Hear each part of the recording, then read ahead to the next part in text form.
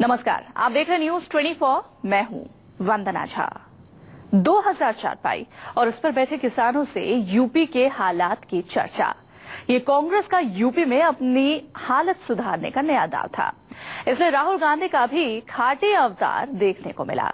देवरिया से शुरू हुई महायात्रा में राहुल गांधी ने कई वायदे किए, जिसमें सबसे खास था किसानों का कर्ज माफ, बिजली बिल हाफ।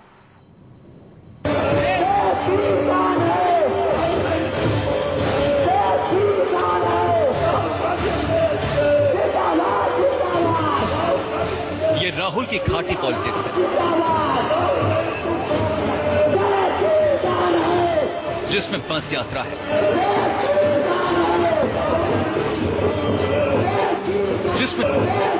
जिसमें पद यात्रा है, जिसमें गाना बजाना है,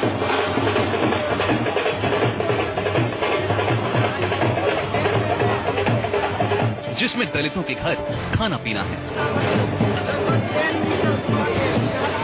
और जिसमें है चारपाई पर चर्चा। ये यूपी में राहुल का नया पॉलिटिकल अवतार है। यूपी में दम तोड़ती कांग्रेस में नई जान फूंकने के लिए इस बार राहुल खाटी अंदाज में है, और इसके लिए तैयारी पूरी है। देवरिया से दिल्ली तक, किसानों से दलित तक, कांग्रेस के युवराज सभी तक अपनी बात पहुंचाएंगे। पूरे 2500 किलोमीटर की महायात्रा की शुरुआत देवरिया से हुई। दुग्धेश्वर मंदिर में राहुल गांधी पहुंचे और भगवान भोलेनाथ का आशीर्वाद दिया।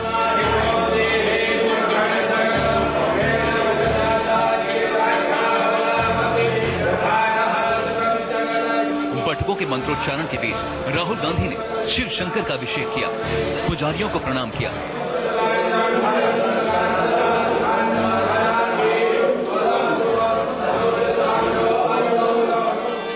और भोले बाबा का आशीर्वाद देकर निकल पड़े यूपी के चुनावी सफर पर।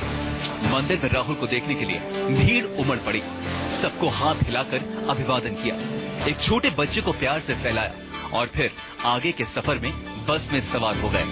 देवरिया से दिल्ली किसान यात्रा, और उस किसान यात्रा की आपको तस्वीर हम दिखा रहे हैं न्यूज 24 पे। राहुल गांधी आगे वाली सीट पे बैठे हुए हैं और राहुल गांधी बस से उतरेंगे और बस से उतरकर जाएंगे बाबा दुग्धेश्वरनाथ मंदिर का दर्शन करने के लिए, और उसके बाद फिर रुद्रपुर में जो पहली खाट सभा होगी राहुल गांधी की, उस खाट सभा में राहुल गांधी किसानों से बात करेंगे। देवरिया जिले में बस में सवार थे राहुल।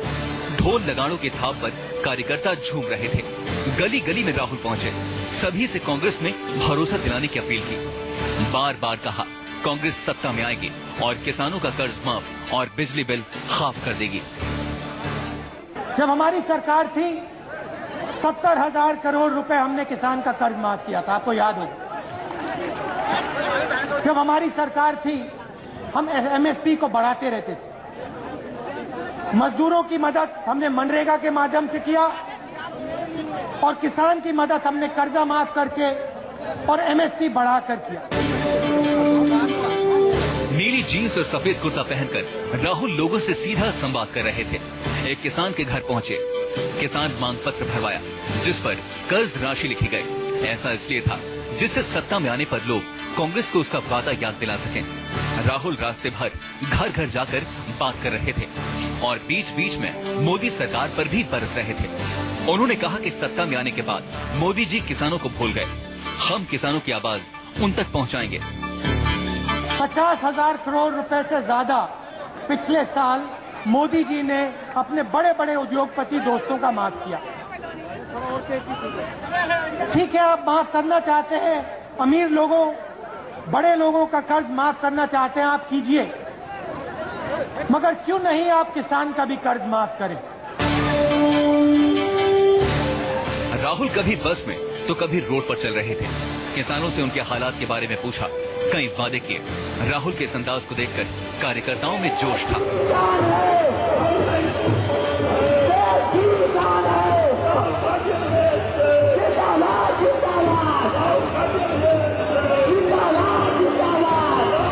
यूपी में चुनावी यात्रा के सफर पर यह कांग्रेस का नया दाव है। यूपी में प्रभारी गुलाम नबी आजाद और कई बड़े नेता राहुल के साथ थे। सभी का कहना है कांग्रेस इस बार कमाल दिखाएगी। जिम्मेदारी तो हम सब पर है, कांग्रेस पार्टी पर है, लेकिन जैसे हम लोगों ने पहले ही बताया था कि इस तरफा हम इलेक्शन संख्या बढ़ाने के लिए नहीं विधानसभा में लड़ रहे हैं, बल्कि सरकार बनाने के लिए। राहुल देवरिया में एक दलित के घर भी गए। कंचनपुरा इलाके में दुखी सिंह के घर घाट पर बैठे, साथ में दूसरे नेता भी थे।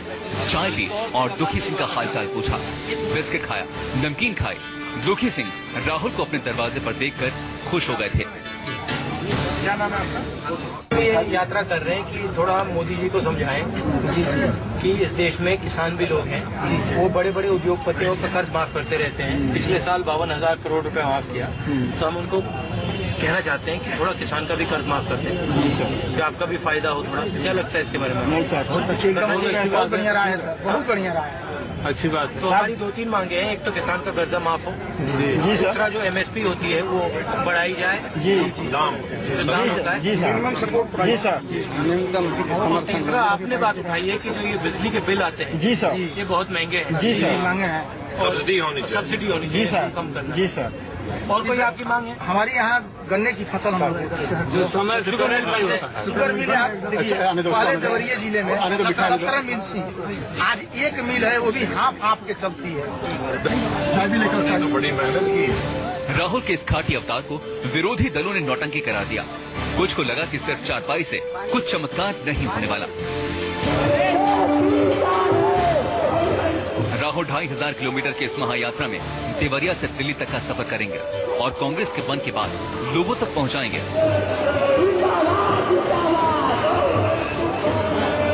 इस बीच वो चारपाई पर चर्चा भी कर रहे हैं। सवाल ये कि मोदी के चाय पर चर्चा की तरह राहुल के चारपाई पर चर्चा क्या यूपी में कांग्रेस के लिए संजीवनी का काम करेगी? रमन कुमार, देवरिया, न्यूज़ 24। कांग्रेस चारपाई के सहारे चमत्कार की उम्मीद लगाए बैठी है, इसलिए किसानों तक अपनी बात पहुंचाने के लिए देसी तरीका इस्तेमाल किया। लेकिन जैसे ही राहुल का भाषण खत्म हुआ, चारपाई की चोरी शुरू हो गई। जो संजीदगी से राहुल गांधी को सुन रहे थे, वही लोग चारपाई की लूट करते दिखाई दिए।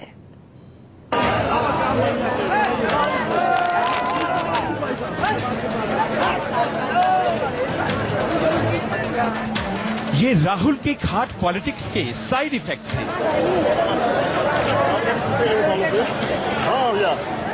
ये राहुल गांधी लेके जा रहा है। विरोधियों की खाट खड़ी करने की कोशिश में ऐसा हो जाएगा ये राहुल एंड कंपनी ने सोचा भी न था। चारपाई पर चर्चा के सहारे मोदी सरकार को घेरने के लिए खासतौर पर 2000 खाट मंगवाई गई थी, ताकि देसी माहौल में किसानों तक अपनी बात कह पाएं कांग्रेस के युवराज। खाट पॉलिटिक्स शुरू हुई। किसान खाटों पर बैठे राहुल को इत्मीनान से सुन रहे थे। और मार्केट में 200 रुपए की दाल होती है। किसी खाट पर 4, किसी पर 5 लोग बैठे थे। राहुल कांग्रेस का विजन गांव वालों को बता रहे थे, कैसे वो 27 साल में बेहाल यूपी को बदल देंगे। ये दौरा शुरू किया है। पूरे उत्तर प्रदेश में हम किसानों से चर्चा करेंगे, बातचीत करेंगे, उनकी जो समस्या है उनको उसको समझेंगे और उसको जाके हम दिल्ली में समस्या उठाएंगे। उनकी जो मांगे हैं वो हम दिल्ली में उठाएंगे। लेकिन राहुल का खाटे अंदाज जैसे ही खत्म हुआ, वैसे ही खटिया की लूटपाट शुरू हो गई।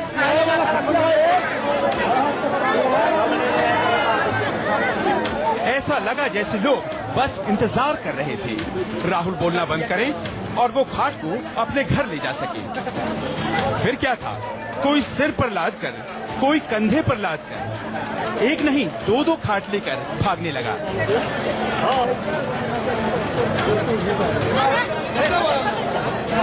कई लोगों में तो खाट के लिए छीना झपटी भी शुरू हो गई।